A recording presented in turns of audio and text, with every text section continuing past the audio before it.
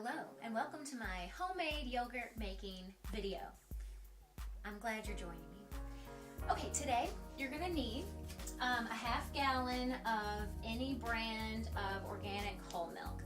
I never used to drink whole milk or eat whole fat yogurt, but since starting to make my own, I've realized this is the only thing that you don't have to add other things to, like gelatin to make your yogurt less runny. So I prefer to do that and not add anything else. And when you consider that you're only eating 4-6 ounces of yogurt at a time, it really doesn't matter to have that little bit of extra fat, in my opinion. Okay, then you're gonna need this double broiler. Now usually you would put the small one on top, but I like to have this large one because it fits all of your milk. So I've just put a little bit of water in the pan and put it on the stove about a medium, maybe on the higher end of medium heat. And then I'm gonna put this top part on top. I just started pouring in my milk. And you're actually gonna add the entire half gallon here. All right, and I'm gonna take you through this. It's so easy. You should definitely start doing this yourself. I started doing it because it saves a ton of money. Especially when you like organic things, or you like Greek yogurt, that really adds up. Each of those cartons, little individuals, can be $2.50 a piece or more. And then another big reason I changed was the waste.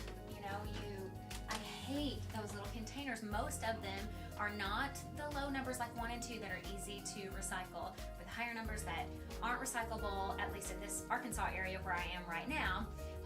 So with this, I put this in my own glass jars every time, and I have zero waste, and I just rinse and reuse every time. So that's one of my favorite things about doing this. And then of course, anytime you can make things on your own, it's just so much better because you have less preservatives and less things that you don't know about, less variables, right? Okay, so the only other thing you're gonna need right now is your yogurt thermometer. Now, I purchased this whole little Yo Gourmet electric yogurt maker, all right? I think that there are some ways to literally set this out on your counter and it will turn into yogurt eventually, but I have really enjoyed my maker. It's kind of like a little incubator crock pot type thing. It has an outer shell and an inner shell. We're going to put some water in this in a little while, so it'll be like a hot, warm bath that your yogurt goes into. But we actually don't need this yet. All we need from our little kit is our thermometer. So I'm going to put that on the side just so it goes in there. And we're going to watch. This is going to get to 180 degrees Fahrenheit or 82 degrees Celsius. Okay, so really easy to see the 82 degrees Celsius on this. So we've got a while, because right now we're at about 12 degrees. But this really doesn't take too long, so all you're gonna wanna do is watch it as you go, just a little. You don't have to stay right on it. You've got this double broiler, so it's not gonna hopefully burn in the bottom of your pan. So I just give it a little stir every couple of minutes and just keep watching your thermometer until it gets up here. Now to move on to our next step, I did want to say one other thing you're going to need is your yogurt starter. Okay, these are our live active cultures that's going to turn our milk into yogurt. Okay, and you can also get those with probiotics. Of course, any of that stuff is good for us, right? Okay, where do you get the yogurt starter? I got mine online or at your local health food store. Now that more people are doing this, you can find it. I can find it in town now, but I haven't been able to find the probiotic one. So I think I'll probably have to research online, or maybe a place like Whole Foods might have. So that did take about 20 minutes to get the milk to the right temperature.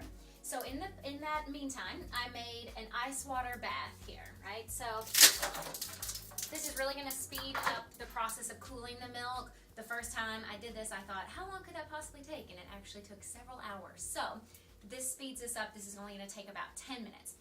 So over here, my milk got to my desired temperature, 82 degrees Celsius, and I stirred it for 2 minutes, and then I'm going to take it off of the heat, leave your temperature or your thermometer in there, and set it right down in that ice water bath. Make sure it's not too high so it doesn't go over the pan.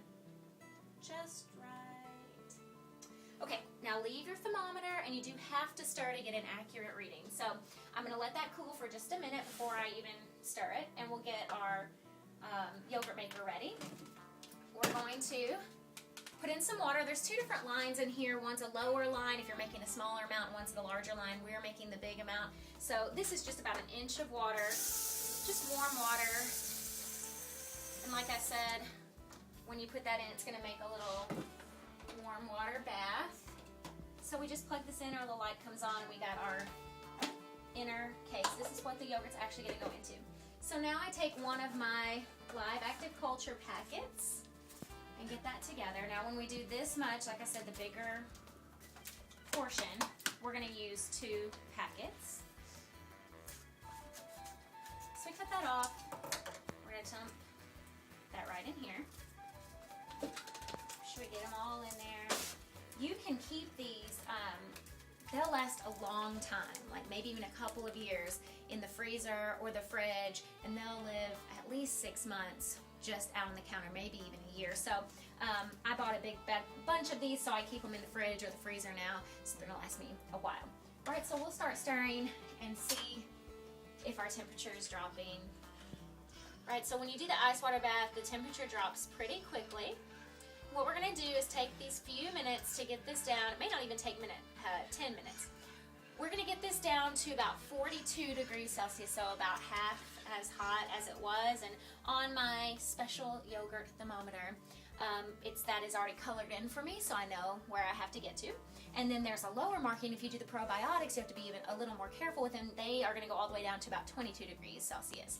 So we're gonna wait for this to cool. That was less than 10 minutes, probably about 5 minutes. We're already down past 40 degrees Celsius, so we're ready to move on. And the reason we do that is we're about to put some of the milk in with our probiotics, and if you put it in too hot, then you're gonna kill these little guys, because you know they're alive and they're good for us. So we wanna make sure we don't get it too hot. So another way we're gonna help regulate that is to just start by spooning several spoonfuls in there first to mix instead of everything. We really wanna get it mixed really well.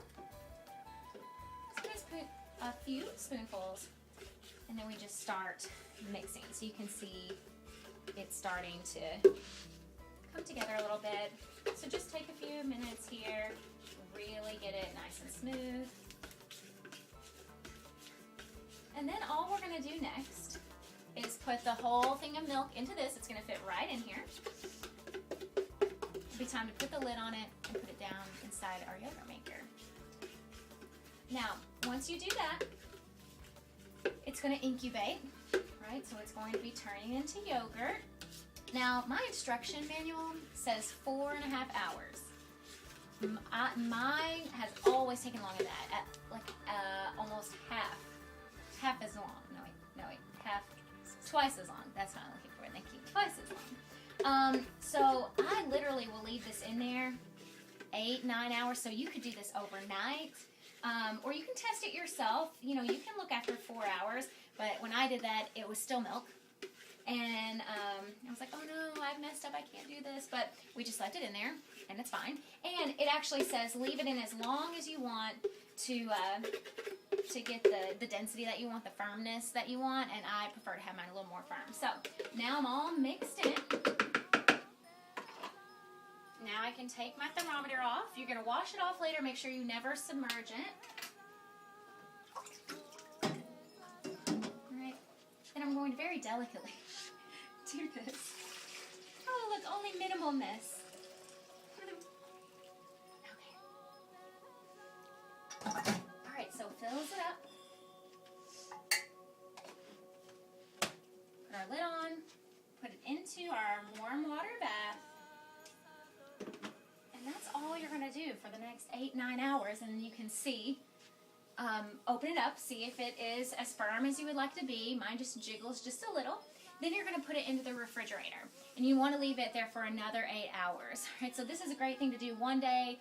Leave it during the day. If you make it in the morning, then incubate, or not incubate, but stop the incubation process in the fridge overnight for that 8 hours. And the next morning, you can come back and we'll take this out. We'll spoon it into our individual glasses, seal them up. You can put in fruit, you can put in honey. Those are my favorite things to do. Anything that you've got on hand, you can put those into the fridge and they'll last up to 3 weeks. So I like to use your mason jars like you would use canning, so it has a little bit of a seal when you screw the lid on.